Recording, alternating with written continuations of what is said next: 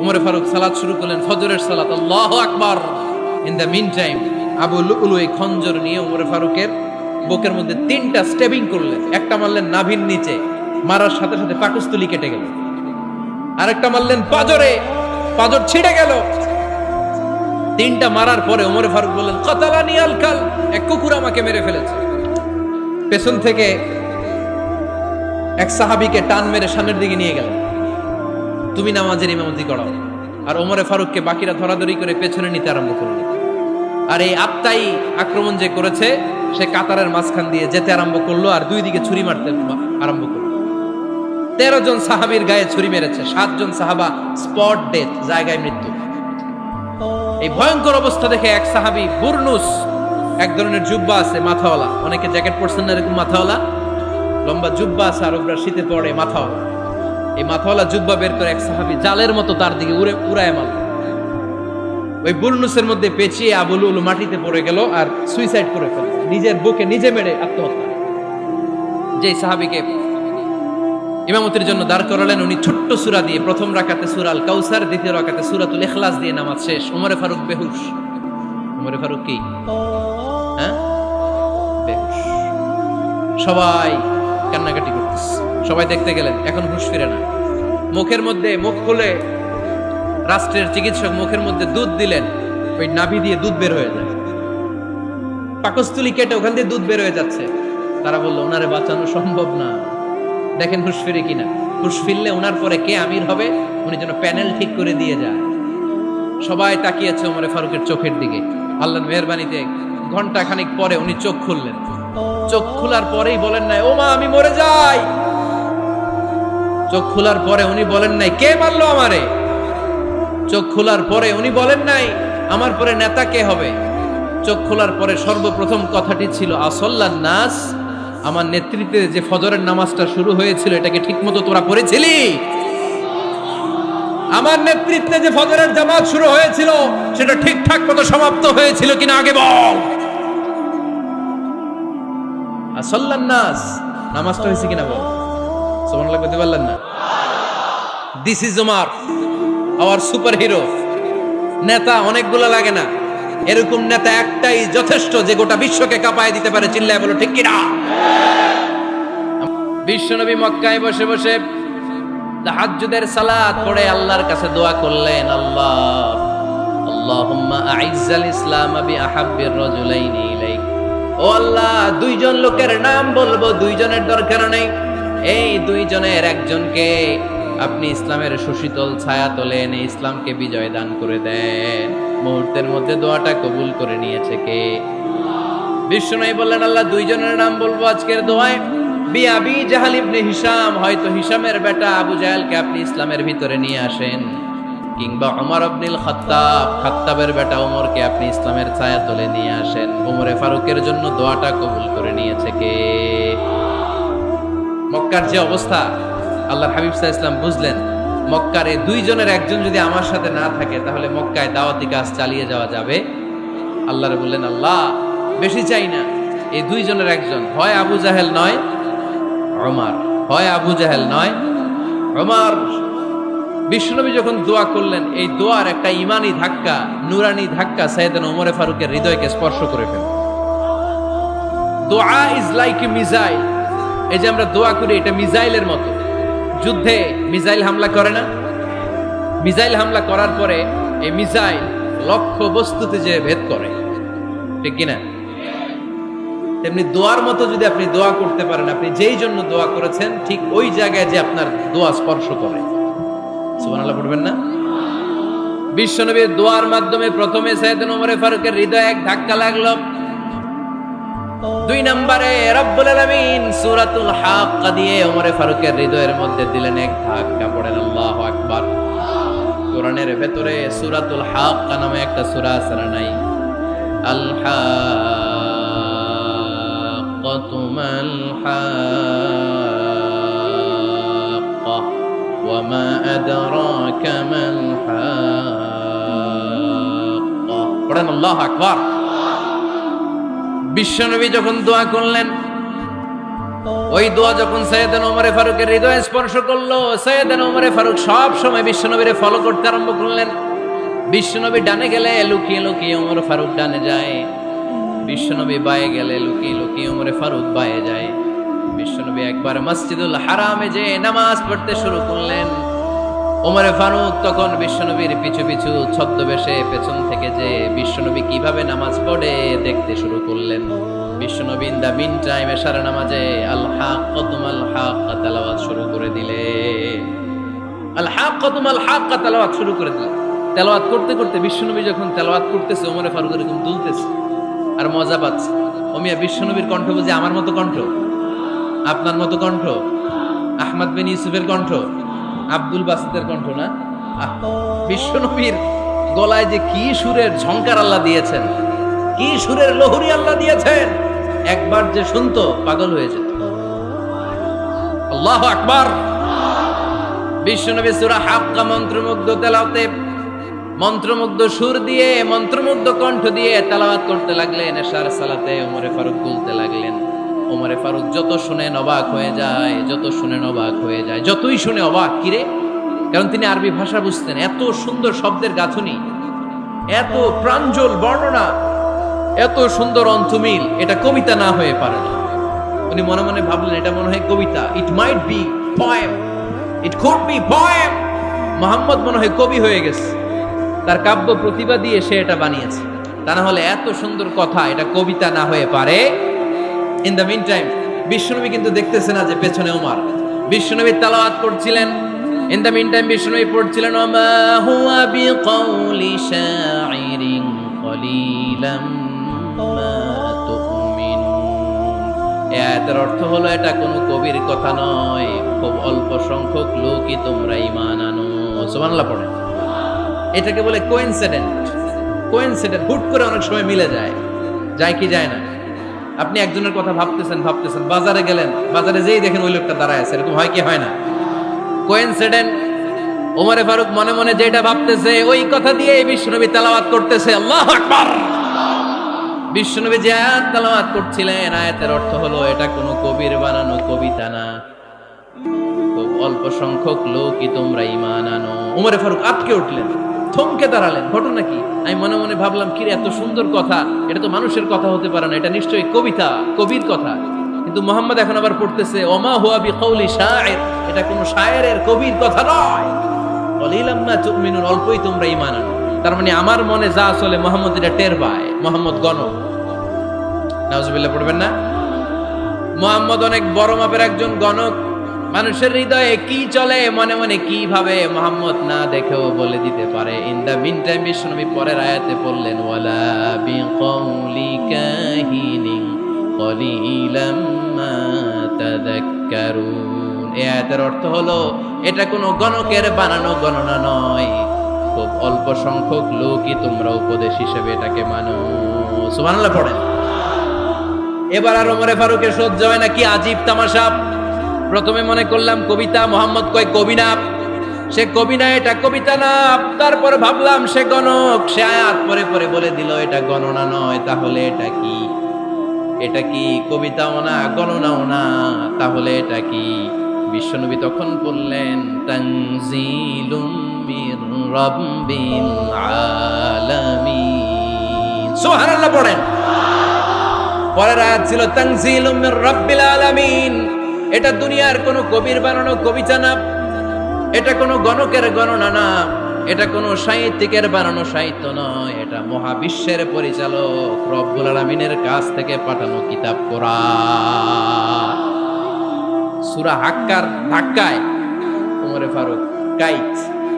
প্রথমে ধাক্কাটা লাগলো যে দোয়া। বিশ্বনবী তাহাজ্জুদে কেঁদে দোয়া করলেন, আল্লাহ হয় আবু জাহেল রে দিবা নাইলে ওমর রে দিবা। ওই দোয়া ওমরে ফারুকের হৃদয়ে ছোঁয়া লেগেছে। এরপরে হাক্কা, সূরাতুল হাক্কা দিয়ে দিলে এক ধাক্কা। এই ধাক্কা খেয়ে উথাল পাথাল হৃদয়ের মধ্যে, হায় রে এ কি বাণী, এ কেমন কথা, কে মুহাম্মদ? তারপরও শয়তানের ওয়াসওয়াসা আছে না নাই? আল্লাহ বলে যতই ওয়াসওয়াসা ওমরকে দেয়া হোক, আমি ওমরে ফারুককে এই মুসলিম উম্মতের সেনাপতি বানিয়ে ছাড়বো, আমি সেনাপতি বানাবো। এবার 3 নাম্বার ডোজ। ডাক্তারের কাছে গেলে প্রথমে দেখবেন সিম্পল ডোজ দেয়, নরমাল ওষুধ, এটাতে কাজ না হলে ডোজ বাড়ায়, একেবারে কাজ না হলে অ্যান্টিবায়োটিক মারে, আসলে নাই। আল্লাহ প্রথমে দোয়ার ছোঁয়া লাগালেন, তারপর সূরা হাক্কা দিয়ে ধাক্কা মারলেন, এরপরে রব্বুল আলামিন বলেন এবার 3 নাম্বার ডোজ সূরা তহা দিয়ে আমি তোমার হৃদয়টারে উজালা বানায় দেব রে ওমর। শয়তান ওদিক দিয়ে ওয়াসওয়াসা, খেলা দুই দিক থেকে চলতেছে। আল্লাহ তাআলা হেদায়েতের রাস্তায় টানছে, শয়তান জাহান্নামের দিকে টানছে। ঘোষণা দেয়া হলো মক্কায়, মুহাম্মদের মাথা কেটে এনে দিলে এত এত স্বর্ণ মুদ্রা দেয়া হবে। ওমরে ফারুক রাজি হয়ে গেলেন, নাঙ্গা তলোয়ার নিয়ে বিশ্বনবীর মাথা কাটার জন্য ছুটলেন। নাউজুবিল্লাহ পড়বেন না? বনু জাহরা গোত্রের এক লোক বলে, আইনা ইয়া ওমর, কই যাও? মুহাম্মদের মাথা কাটতে যাই। আরে মুহাম্মদের মাথা কাটতে যাও? তোমার বোন ফাতিমা বিনতে খাত্তাব আর তোমার বোন জামাই সাঈদ কদ সাবা, এরা তো ধর্ম ত্যাগ করে ফেলছে, এটা তো আমাদের ধর্ম ত্যাগ করে মুহাম্মদের ফলোয়ার হয়ে গেছে। আগে ওমর ঘর সামলাও, পরে মুহাম্মদের মাথা কাটতেছে। ওমরে ফারুক অবাক হয়ে গেলেন, তলোয়ার নিয়ে বিশ্বনবীর দিকে না যে নিজের বাড়ির দিকে চলে গেলেন। বিশ্বনবীর আপন বোন ফাতিমা বিনতে খাত্তাব, বোন জামাই সাঈদ আর খাব্বাব রাদিয়াল্লাহু তাআলা আনহু তিনজন মিলে সূরা তহা তেলাওয়াত করছিলেন। পড়েন সুবহানাল্লাহ। মক্কায় লুকিয়ে লুকিয়ে দাওয়াত হতো। খাব্বাব রাদিয়াল্লাহু তাআলা আনহু একটা চামড়ার ফলকের মধ্যে সূরা তহার কয়েকটা আয়াত এনে ওমরে ফারুকের বোন আর বোন জামাইকে শিক্ষা দিচ্ছে, ট্রেনিং দিচ্ছে। সুবহানাল্লাহ পড়েন। লুকিয়ে লুকিয়ে ওমরে ফারুক যখন ঘরে চলে আসলেন, এরা তটস্থ হয়ে গেল। সাইয়েদনা খাব্বাব বিছানার তলায় লুকিয়ে গেলেন। ওমরে ফারুক বললেন, দরজা খোলো। ফাতিমা বিনতে খাত্তাব দরজা খোলার পরে নির্মম ভাবে সাইয়েদনা ওমর রাদিয়াল্লাহু তাআলা আনহু বোনের গায়ে আঘাত শুরু করে দিল। বোন জামাইকে আহত করতে শুরু করলো আর বলতে শুরু করলো, তোরা পাগল হলি কেন? কি আছে ওই মুহাম্মাদের মধ্যে? কি জাদু নিয়ে সে এসেছে? সে যাই বলে লোকজন পাগল হয়ে যায়, সবাই তার উপর কালিমা পড়ে ঈমান এনে ফেলে। কি এমন জিনিস তোদের কাছে আছে যেটা দেখে মুহাম্মদকে তোরা ভালোবাসলি? কি আছে? কি পড়তেছিলি আমারে দেখা। ফাতেমা বলে, ইন্নাকা রিজসুন লা ইয়ামাসসুহু ইল্লাল মুতাহহারুন। ও আমার ভাই ওমর, তুমি নাপাক। তুমি কি? লা ইয়ামাসসুহু ইল্লাল মুতাহহারুন, পবিত্রতা অর্জন না করে এই কোরআন ধরা যায় না। সুবহানাল্লাহ পড়েন। উমরে ফারুক গোসল করে আসছে, কারণ ধাক্কা তো আগে কয়েকটা খাইছে। কথা বুঝেন নাই বোধহয়? প্রথমে দোয়ার ধাক্কা, পরে কোন সূরা দিয়ে ধাক্কা? হাক্কা দিয়ে ধাক্কা। 3 নম্বরে এখন আরেকটা ধাক্কা খাবে। গোসল করে আসলেন। ফাতিমা বিনতে খাত্তাব বললেন, গোসল যখন করে এসেছেন, এই নেন। উমরে ফারুক এবার চামড়ার কাপড়ের মধ্যে সূরা তহার প্রথম আয়াতের দিকে নজর করলেন। নজর করেই কোরআনের প্রেমে পড়ে গেলেন। পড়েন সুবহানাল্লাহ। উমরে ফারুক পড়তে আরম্ভ করলেন, তহা মা আনজালনা আলাইকাল কুরআনা লিতাশকা ইল্লা তাযকিরাতান লিমান ইয়াখশা তানজিলাম মিম্মান খালাকাল আরদা ওয়াস সামাওয়াতিল উলা। সুবহানাল্লাহ পড়েন। উনি পড়তে আরম্ভ করলেন, তহা মা আনজালনা আলাইকাল কুরআনা লিতাশকা, এই কোরআনকে আমি তোমাদের হতভাগ্য জাতি হিসেবে দুনিয়ায় থাকার জন্য পাঠাই নাই। এটা রব্বুল আলামিনের পক্ষ থেকে এসেছে। যারা রবকে ভয় করে তাদের জন্য আছে উপদেশ। যিনি আকাশ বানিয়েছেন, জমিন বানিয়েছেন, ওই আল্লাহ তাআলা নিজেই এই কোরআন পাঠিয়েছেন। আওয়াজ করে পড়তে হবে আল্লাহু আকবার। উনি খুব ভালো আরবি জানতেন। সূরা তহা পড়ার পরে আর ধৈর্য ধারণ করতে পারে না। ওমরে ফারুক ছোট্ট বাচ্চার মতো কান্না শুরু করে দিলেন। আল্লাহু আকবার। সূরা তহাটা হাতে নিয়ে, তলোয়ারটা হাতে নিয়ে বিশ্বনবীর দিকে ছুটতে আরম্ভ করলেন। আইনা মুহাম্মদ, কোথায় মুহাম্মদ? তোমরা আমাকে মুহাম্মাদের কাছে নিয়ে চলো। বিশ্বনবী তখন সাফা পাহাড়ের পাদদেশে দারুল আরকাম ইবনে আলকামের ঘরে লুকিয়ে লুকিয়ে কোরআনের দাওয়াত দিতেন। ওমরে ফারুককে পাগলের মতো ছুটে আসতে দেখে বিশ্বনবীর চাচা হামজা ইবনে আব্দুল মুত্তালিব বলল, নবী আপনি পালান। ওই যে খাত্তাবের বেটা ওমর আপনাকে অপমান করার জন্য, আক্রমণ করার জন্য তেড়ে এসেছে। সাহাবীরা বললেন, নবী আপনি পালিয়ে যান, আমরা সামাল দেব। বিশ্বনবী বললেন, না আমি পালাবো না, বরং তোমরা সরে যাও। ওমর ইবনুল খাত্তাবকে আমার দরবার পর্যন্ত আসতে দাও। আমার তো মনে হচ্ছে ওই যে তাহাজ্জুদের নামাজ শেষে চোখের পানি ছেড়ে যে আমি আল্লাহর কাছে দোয়া করেছি, আজকে আমার ওই দোয়াটা কবুল হতে শুরু করেছে। আমার তো মনে হচ্ছে আমার দোয়া কবুল হবে, আসতে দাও। ওমর ফারুক এসে বললেন, আশহাদু আল্লা ইলাহা ইল্লাল্লাহ ওয়া আশহাদু আন্না মুহাম্মাদান আবদুহু ওয়া রাসূলুহু। আমি সাক্ষ্য দিলাম আল্লাহ ছাড়া কোনো ইলাহা নাই, নিশ্চয় আপনি আল্লাহর প্রেরিত বান্দা এবং রাসূল। পড়েন সুবহানাল্লাহ।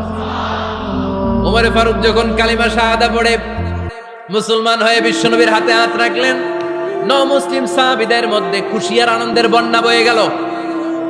মুসলিম হাতে গোনা সাহাবারা আল্লাহর প্রশংসা করলেন। বিশ্বনবী সাইয়েদনা ওমর ফারুককে জড়িয়ে ধরলেন। ওমর ফারুক এবার বিশ্বনবীরে বললেন, নবী গো, আলাসনা আলাল হক, আমরা কি সত্যের উপরে আছি নাকি আমরা ভুলের উপরে আছি? বিশ্বনবী বললেন, বালা নাহনু আলাল হক, আমরাই সত্যের উপরে আছি। সুবহানাল্লাহ পড়ে। আলাসনা আলাল হক, নবী আমরা কি সত্যের উপরে নাই? হ্যাঁ অবশ্যই ওমর, তুমি সত্যের উপরে আছো। ওমর ফারুক বললেন, তাহলে ফাফিমাল ইখতিফা, তাহলে লুকায় লুকায় আর দাওয়াত দেব কেন? আমি তো কালিমা পড়ে ফেলছি, আসেন আমার সাথে বের হই। ফাফিমাল ইখতিফা, আর লুকায় লুকায় কেন? আসেন আমরা বাইরে বের হই। বিশ্বনবী বললেন, ওমর এটা মাক্কি জীবন, এখানে আমরা একটু গোপনে গোপনে দাওয়াত দিতে চাই। ওমরে ফারুক বলে, না, আমার দায়িত্ব, আমি একটা মিছিল দিতে চাই নবী। আল্লাহর নামের তাকবীর দিতে দিতে দারুল আরকাম থেকে শুরু করে মসজিদুল হারাম পর্যন্ত একটা মিছিল দিয়ে আমি মক্কা কাঁপায়া দেব। অনুমতি দেন। বিশ্বনবী দিতে চান। ওমর ফারুক অনেক বোঝানোর পরে স্বল্প পরিসরের একটা অনুমোদন পাওয়া গেল বিশ্বনবী সাল্লাল্লাহু আলাইহি ওয়াসাল্লামের কাছ থেকে। কিন্তু মিছিল যে দিবে, মিছিলের জন্য লোকের দরকার আছে না নাই? এখানে লোক নাই, আমি একাই মিছিল দিতেছি। এটা জমবে, মিছিল জমবে। খুঁজে উনি 11 জন মুসলিম সাহাবা পেলেন। কয়জন? ওমর ফারুক বললেন, 11 জনই সই। এই 11 জন নিয়ে আমি আল্লাহর নামের তাকবীর দেব। 2 লাইন করলেন। কয় লাইন? 2 লাইন। পেছনে 6 জন, আর এই লাইনের নেতা বানালেন বিশ্বনবীর চাচা হামজাকে রাদিয়াল্লাহু তাআলা আনহু। আর সামনে 5 জন, তার আগে দাঁড়ালেন উনি নিজেই। তাহলে 6 6 12।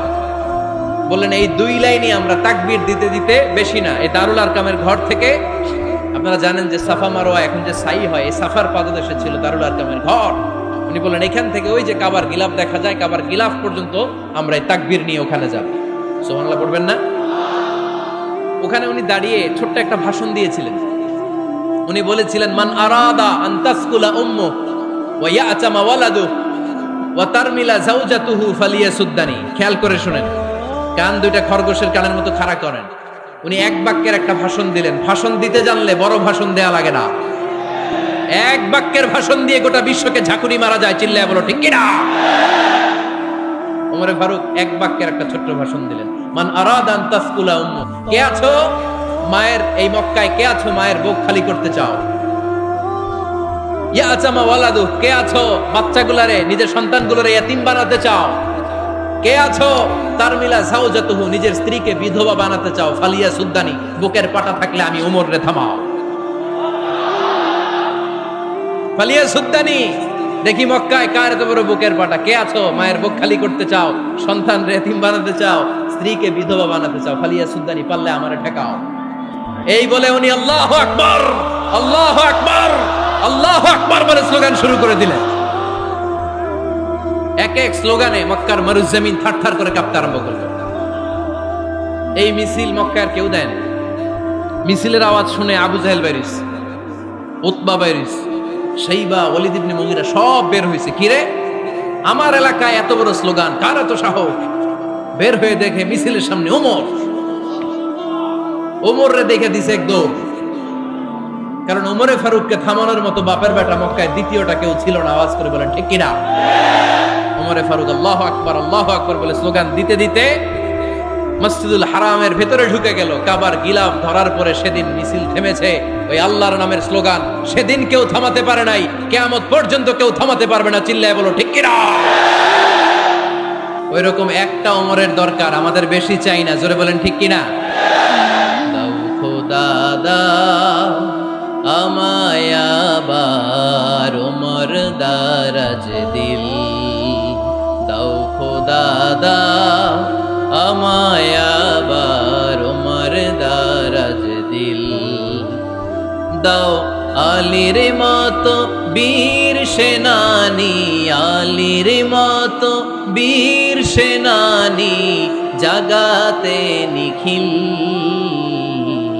দাও খোদা দাও আমায় আবার ওমর দারাজ দিল সুবহানাল্লাহ পড়েন একটা ওমর লাগবে চিল্লায় বলেন কয়টা ওই ওমরের অপেক্ষায় বাংলাদেশ সহ গোটা মুসলিম উম্মাহ ঠিক কি না একটা ওমরই যথেষ্ট আমাদের সেন্ট্রাল লিডারশিপ নাই তো আমাদেরকে এদিকে লাথি মারলে আমরা ওইদিকে যাই ওদিক থেকে গুতা মারলে আমরা এদিকে যাই আমাদের রিপ্রেজেন্টেটিভ আমাদের প্রতিনিধিত্ব করার মতো কোনো কেন্দ্রীয় লিডারশিপ নেতৃবৃন্দ গোটা বিশ্বে নাই ঠিক কি না আমরা সেই ওমরে ফারুকের অপেক্ষায় আমরা সেই ইমাম আল মাহদির অপেক্ষায় এই ওমরে ফারুক আমাদের মডেল ঠিক কি না থার্ড ইন পজিশন এই পুরো উম্মতের মধ্যে ওনার পজিশন নাম্বার 3 এক নাম্বার পজিশন বিশ্বনবীর কার 2 নাম্বার পজিশন কার আবু বকর 3 নাম্বার পজিশন কার ওমরে ফারুকের বিশ্বনবী বলতেন লা নবিয়্যা বা'দি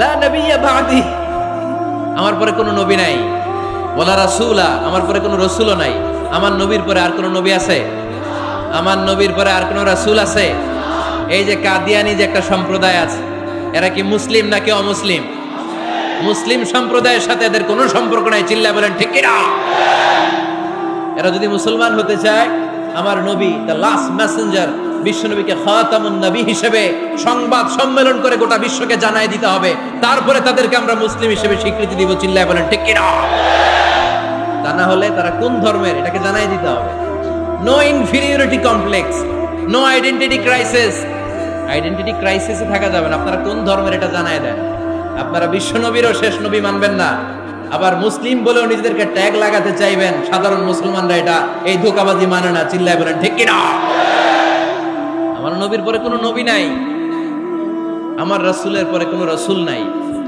ঠিক কি না আল্লাহর হাবিব বলতেন লাউ কানা বা'দি নাবিয়্যুন লাকানা উমর তবে আমার পরে যদি নবী হওয়ার যোগ্যতা কারো থাকে আমার ওমরের ওই যোগ্যতা আছে সুবহানাল্লাহ পড়েন প্রভু তুমি বলেছো রাসূল দেবে না বলনি দেবে না ওমর বলনি দেবে না হামজা তারি খালিদ বিজয় তুমি বলেছো রাসূল দেবে না সুবহানাল্লাহ পড়েন এজন্য আমরা একটা ওমর চাই কয়টা বেশি লাগবে নেতার মতো নেতা কয়টা লাগে জোরে বলেন কয়টা enough that's enough Omar Faruk our super hero ওনার সাথে বিশ্বনবী সাল্লাল্লাহু আলাইহি ওয়াসাল্লামের মুসাহারার সম্পর্ক ছিল ওমর ফারুক যে বিশ্বনবীর শ্বশুর এটা অনেকে জানেই না ওমর ফারুক রাদিয়াল্লাহু তাআলা আনহু বিশ্বনবীর শ্বশুর ছিলেন এটা আজকে নতুন শুনছেন কে কে হাত তোলেন দেখছেন হুজুর সঠিক বলছি না আমি অনেকে আমরা জানি না মাশাআল্লাহ জানতে লজ্জা নাই শিখতে লজ্জা নাই লজ্জা হচ্ছে অজ্ঞতায় আর মূর্খতায় ঠিক কি না আমরা শিখতে রাজি আছি যে কথা বলে আমরা তার ছাত্র আমার আগে হুজুর কথা বলতেছিলেন আমরা ছিলাম ছাত্র এখন আমি কথা বলতেছি এখন আমরা সবাই হয়ে গেছি ছাত্র ঠিক কি না যিনি বলেন তিনি শিক্ষক বাকিরা আমরা ছাত্র ঠিক কি না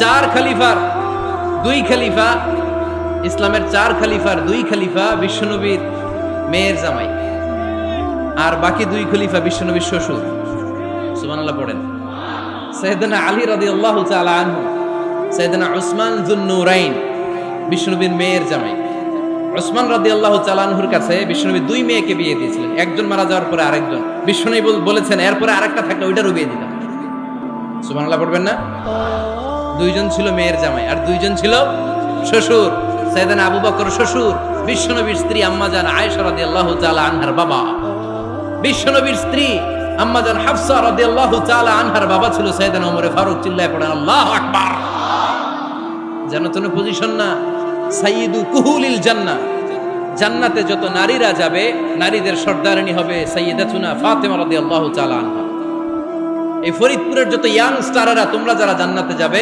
তোমাদের লিডার হবে সাইয়েদনা হাসান আর হুসাইন রাদিয়াল্লাহু তাআলা আনহুমা আর বয়স্ক মুরব্বীরা যারা জান্নাতে ঢুকবেন, আপনাদের লিডার হবে সাইয়েদনা আবু বকর আর সাইয়েদনা ওমর ফারুক রাদিয়াল্লাহু তাআলা। সুবহানাল্লাহ পড়তে পারলেন না? ওমর ফারুক এটা সাধারণ কোনো ক্যারেক্টারিস্টিক্স নয়, ওনাকে আল্লাহ তাআলা নলেজও দিয়েছেন, আবার দিনদারিও দিয়েছেন।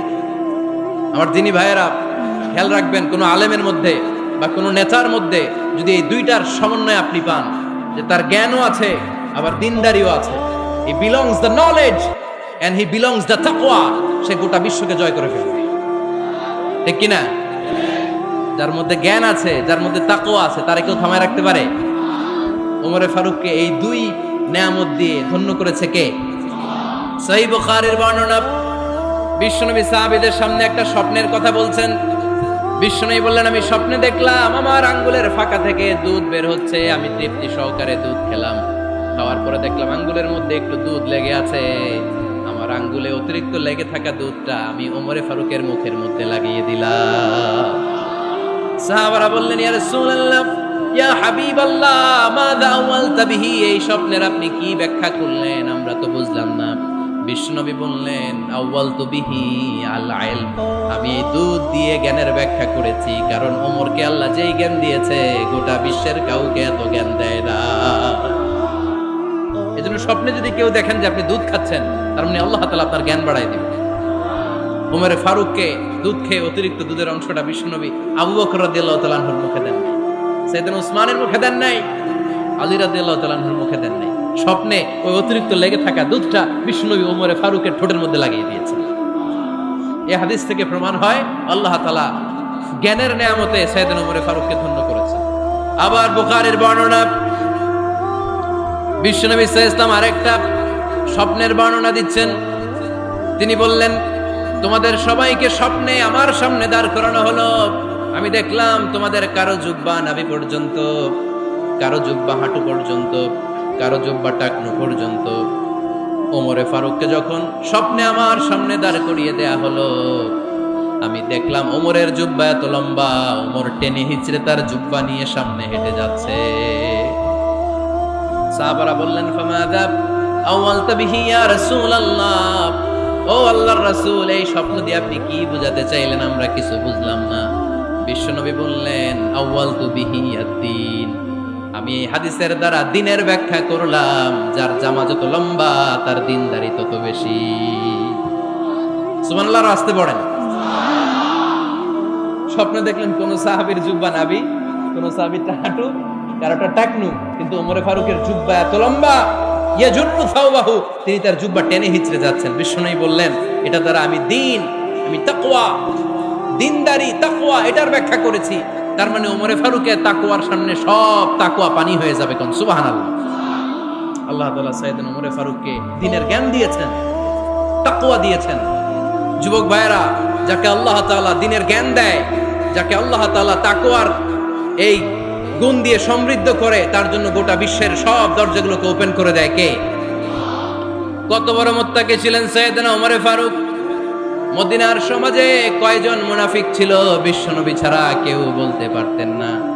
বিশ্বনবী কোন সাহাবীকে মুনাফিকদের লিস্ট দিয়ে যান নাই, একজন সাহাবী ছাড়া। দেখি কেউ বলতে পারেন কিনা ওই সাহাবীর নাম? কি নাম? হুযায়ফা ইবনুল ইয়ামান রাদিয়াল্লাহু তাআলা আনহু। উনাকে বলা হতো সাহিবু সিররি রাসূলিল্লাহ, আল্লাহ রাসূল সাল্লাল্লাহু আলাইহি ওয়াসাল্লামের গোপন তথ্যের ধারক বাহক। সুবহানাল্লাহ পড়বেন না? বিশ্বনবী ইন্তেকালের আগে মদিনার সমাজে মোট কয়জন মুনাফিক আছে, এই তথ্য আবু বকরকে বলেন নাই, ওমর রাদিয়াল্লাহু তাআলা আনহুকে বলেন নাই, উসমান রাদিয়াল্লাহু তাআলা আনহু, আলী রাদিয়াল্লাহু তাআলা আনহু, আশারাতুল মুবাশশিরিনা বিল জান্নাহ কোন সাহাবীকে বলেন নাই। শুধুমাত্র কেবলমাত্র একমাত্র হুযায়ফা ইবনুল ইয়ামান রাদিয়াল্লাহু তাআলা আনহুর কাছে মুনাফিকদের লিস্টে বিশ্বনবী দিয়ে গিয়েছে। সুবহানাল্লাহ পড়েন। মদিনায় কারা কারা মুনাফিক কেউ জানতো না, হুযায়ফা ছাড়া। কে ছাড়া? নামটা আজকে মুখস্থ করেন, যাতে অন্য কোনো ওয়াজে কেউ জিজ্ঞেস করলে বলতে পারেন। মুনাফিকদের লিস্ট যে সাহাবীর কাছে বিশ্বনবী দিয়ে গিয়েছিলেন, সাহাবীর নাম কি? নাম? নামটা কেমন লাগে? ভাল লাগে? অনেকে আমারে জিজ্ঞেস করে, হুজুর আমার ছেলে হবে আগামী মাসে, একটা নাম দেন। নাম দিয়ে দিলাম হুযায়ফা। যাদের হবে ছেলে, এলাকার যাদের নেক্সট কয়েক মাসে ছেলে হবে, খালি হুযায়ফা চলবে। কি চলবে? ভাল লাগে নামটা, ভাল লাগে, রাইখেন, অনেক সুন্দর নাম। উনি জানতেন মুনাফিক কারা। দেখেন ওমরে ফারুকের তাকওয়ার লেভেলটা কত হাই। ওমরে ফারুক একদিন হুযায়ফা রাদিয়াল্লাহু তাআলা আনহুর কাছে গেলেন, যে বললেন, হুযায়ফা, বিশ্বনবী ইন্তেকালের আগে মুনাফিকদের নামের লিস্টটা কারো কাছে দেয় নাই, আমার জানা নাই, সাইয়েদনা আবু বকরের জানা নাই, কোন সাহাবীর জানা নাই, তুমি ছাড়া।